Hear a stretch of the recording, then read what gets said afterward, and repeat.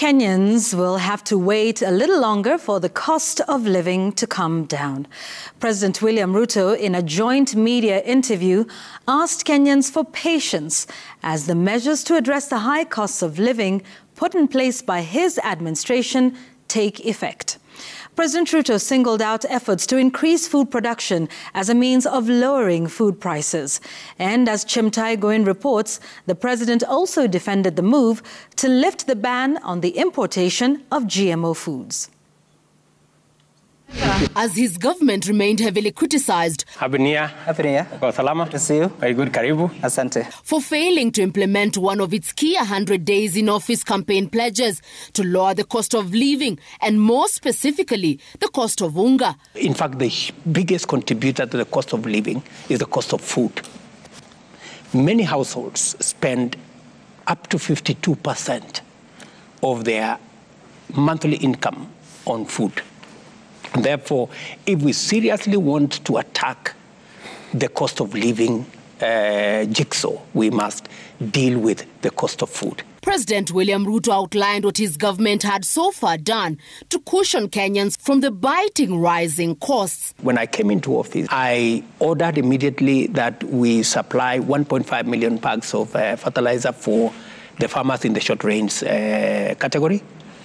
I have progressed that. We now have the first 200,000 metric tons of fertilizer already landed in the country.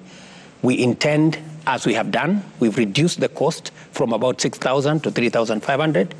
The president defending his administration's decision to import 10 million bags of maize to cover the country's shortfall, which he says will end the artificial maize shortage engineered by cartels and brokers. Yule ambaye anatusaidia kuzalisha almost 80-90% ya chakula ni mkulima na lazima tumchunge.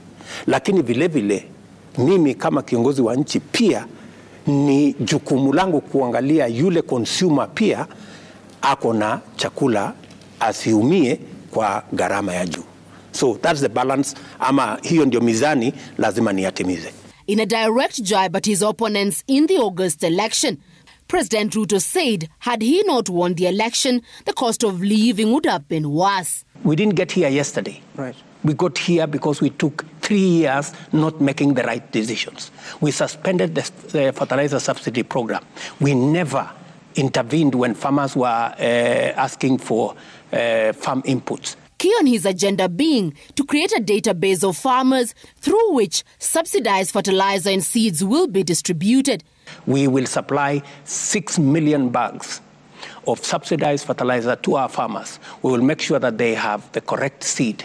We will ensure that they have the correct support. We are now working on mechanization. We have a program with Agricultural Finance Corporation to make sure that we increase the mechanization of our agriculture. We are currently at around 40%. We want to drive it to 80%. These are some of the interventions that fell through when we didn't get our trajectory right. The president also told off those questioning his action to lift the 12-year ban on importation of genetically modified foods, saying the country was already consuming the product. Ruto, however, assured Kenyans that he would not make decisions that would endanger their lives. Mimi kama kiongozi wa nchi siwezi kuhatarisha maisha ya wananchi walionichagua. Mimi mwenyewe I am a scientist. Scientists wote wa taifa letu la Kenya, every university in Kenya, every scientist in Kenya wanakubali ya kwamba GMO haina matatizo yoyote. He went on to sarcastically mock those claiming GMO food had drastic effects on the consumers. The whole of South Africa, 100% GMO. Marekani, 100% GMO. Nchi zingine, 100% GMO. Umesikia mtu amemea pembe huko South Africa kwa sababu alikula GMO? Ama amemea miguu? Ama wamama amemea ndevu? Nasikia watu wengine wanasema sijui nani atamea nini. You know, hii ni porojo na propaganda ya watu ambao hawataki tuwe na uwezo wa kuzalisha chakula ya kutosha. The president also revisited his recent directive revoking the subdivision of the Galana Kulalu irrigation scheme land. We are going to make Galana work, and it's going to work beginning this February. We are going to plant maize in the first 10,000 acres. and we already have the mechanism to do it. In another 8 months, we are going to do the next 10,000 acres. And in the next 2 months, 3 months, I will be in Galana to launch the construction of the dam that will make it possible for the next 300,000 acres. It is possible for us to produce 10 million bags from Galana. He implored Kenyans to give his administration time to diagnose and find lasting solutions to the emerging issues. Chemutai Goin, Citizen TV.